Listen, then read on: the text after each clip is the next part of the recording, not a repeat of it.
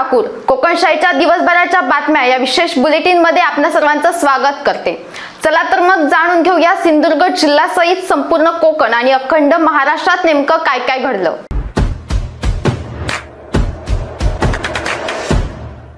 मुंबई गोवा महामार्गावरील वागदे पेट्रोल पंपानजीक आज सकाळी 11:30 वाजण्याच्या सुमारास मोटारसायकल रोड डिवायडरवर आदळून अपघात झाला। या अपघातात सांगवे येथील मोटारसायकल चालक अजय पवार हा जखमी झाला असून त्याचा पाय जायबंदी झालाय।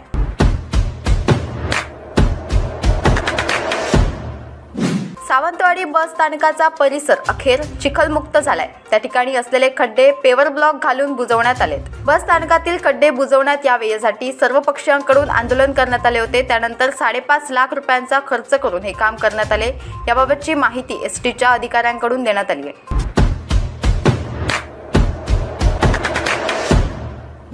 राज्यात मागील अनेक वर्षापासून शिक्षकांच्या रिक्त जागा भरलेल्या नाहीत। त्यामुळे डीएड धारक बेरोजगारांची संख्या वाढलेली आहे।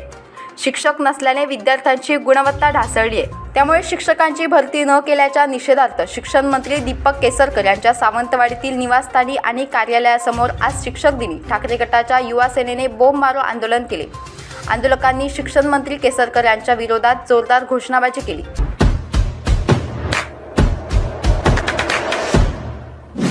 सिंधुदुर्ग जिल्ह्याचे उपप्रादेशिक परिवहन अधिकारी नंदकिशोर काळे यांचा वाढदिवस सविता आश्रम पंदूर येथे सामाजिक बांधिलकी राखत साजरा करण्यात आला। यावेळी सविता आश्रम पंदूर येथे विविध खाद्यपदार्थांचे वाटप करण्यात आले।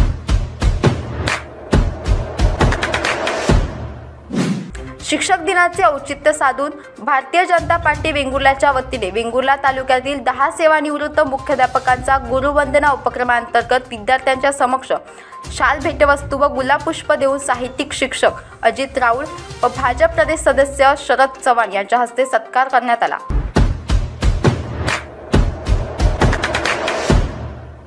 सिल्वर पापलेट अर्थात पापलेट माशाला महाराष्ट्र राज्याचा राज्य मासा म्हणून दर्जा मिळालाय। मत्स्य व्यवसाय मंत्री सुधीर मुनगंटीवार यांनी ही घोषणा केली आहे।